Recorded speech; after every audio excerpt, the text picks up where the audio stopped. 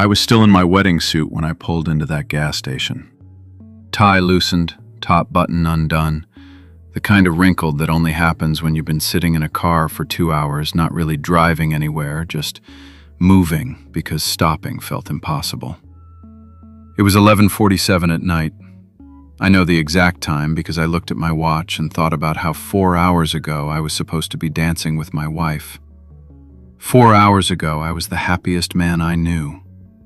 And then the doors of that church opened and the music started, and I stood at that altar for 6 minutes watching an empty doorway before her maid of honor walked down alone and handed me a folded note and said she was so sorry and walked back out without looking at me again. I read that note standing at the altar in front of 200 people. I don't remember what it said. I remember the sound of the room. 200 people going completely silent is a sound you never forget. I walked out the side door, got in my car, and drove. I didn't have a destination. I didn't have a plan. I just needed the world to keep moving around me because if everything stopped, I wasn't sure I could hold myself together. I drove until my gas light came on somewhere on Route 9, and I pulled into the first station I saw, a small place with a hand-painted sign and a bell above the door that rang when I pushed it open, and a girl behind the counter looked up from a textbook she was reading and said without missing a beat, "You look like you need coffee." Not a question, a statement. Like she'd looked at me for 1 second and understood something it would have taken anyone else an hour to explain. Her name was Sadie. She was 24, putting herself through nursing school on night shifts, and she had this way of listening that made you feel like the room had gotten smaller in a good way, like the whole world had narrowed down to just this counter and this conversation, and nothing outside those glass doors existed anymore. I don't know why I started talking. Maybe it was the coffee. Maybe it was the fact that she was a stranger, and strangers can't look at you the way people who know you do, with that awful mixture of pity and relief that it wasn't them. I told her about the church, about the note, about the 200 people and the sound of the room. She listened to every word, and when I finished, she was quiet for a moment, and then she said something I have turned over in my mind every single day since. She said, "Some doors close so loud everyone hears it, but the one that opens for you after makes no sound at all. You have to be paying attention." I looked at her. She looked at me. And then a truck pulled in for gas and she went back to her textbook like she hadn't just rearranged something inside my chest. I stayed for 3 hours. I told myself it was because I had nowhere to go, and that was true, but it wasn't the whole truth. The whole truth was that for the first time since I'd read that note at the altar, I felt like a person instead of a wound. We talked about everything and nothing the way you only can at midnight in a place that exists outside of regular life. She told me about growing up in a town so small the gas station was also the post office, and the mayor's house was on the same block as the only stoplight. She told me about her grandmother who said that the best thing about being broke was that you learned which things actually cost anything. She told me about a patient she'd seen in her clinical rotation, an old man who had lost his wife of 50 years and came into the ER not because anything was medically wrong, but because he said the quiet in his house had gotten too loud.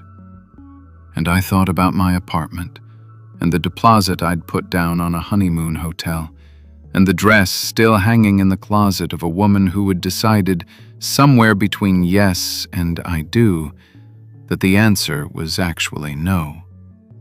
And I thought maybe I understood that old man in a way I wasn't ready for. Around 2 in the morning, a shift manager came in to relieve her, and Sadie closed her textbook and put on her jacket, and I realized with an actual physical feeling in my stomach that I didn't want her to leave. Not in a desperate way, not in the way of a man who'd just been left and was grabbing for anything. In the way of someone who has been cold for a long time and walked into warmth and isn't ready to go back outside yet. I asked if she wanted to get breakfast somewhere. She looked at me for a second with those steady eyes and said, "It's 2 in the morning." I said, "Diners don't care." She said that was true. And she said, yes. We sat in a booth at a 24-hour diner until the sun came up.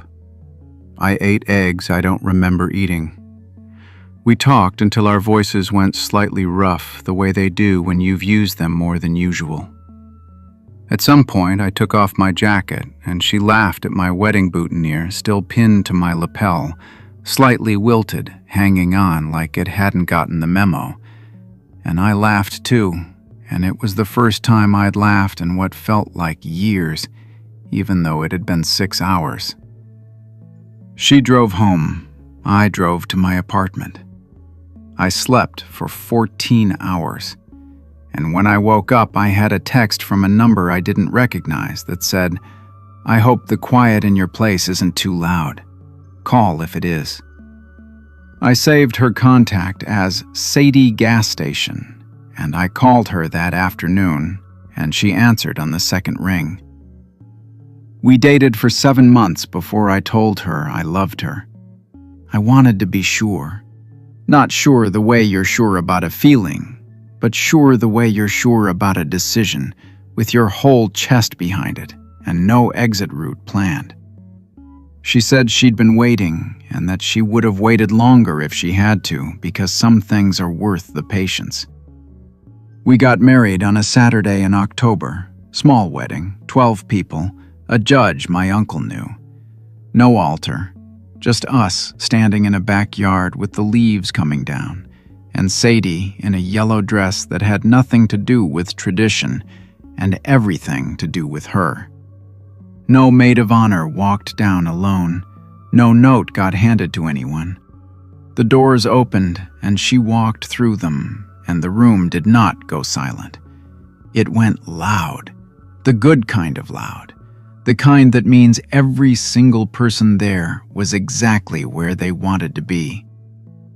I think about that sometimes, about how the worst night of my life ended at a gas station with bad coffee and a girl who looked at me for 1 second and knew.